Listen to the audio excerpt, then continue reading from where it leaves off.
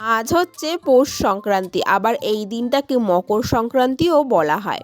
এই দিনটাতে সবাই গঙ্গায় গিয়ে স্নান করে আসে। আবার আজকের দিনে ভোরবেলায় কাক ডাকার আগে সূর্যকে পিঠে খাওয়াতে হয়। এই নিয়মটা আমাদের বাড়িতেও আছে। যেহেতু আমাদের এবার ঠাকুমা মারা গেছে অসুস্থ, তাই এবার আমাদের আর এই নিয়মটা করা হয়। আর এখন আমি রেডি হয়ে বাজারে চলে গেছি বাজার করতে। যেহেতু পৌষ সংক্রান্তির দিন সবার বাড়িতেই পিঠা হয়, তাই বাজারে আজ শুধু সাজ আর গুড়ের ছড়াছড়ি। আর আমি অভির দোকানে গিয়ে কিছু সবজি নিয়ে আসলাম। তারপরে সবজি বাজারে গিয়ে আলু আর পেঁয়াজ কিনে নিয়ে এখন চলে এসেছি গমের আটার ভাঙার দোকানে। আর এখান থেকে আতপ চালের গুঁড়ো আর সেদ্ধ চালের গুঁড়ো নিয়ে চলে এসেছি মুদিখানার দোকানে।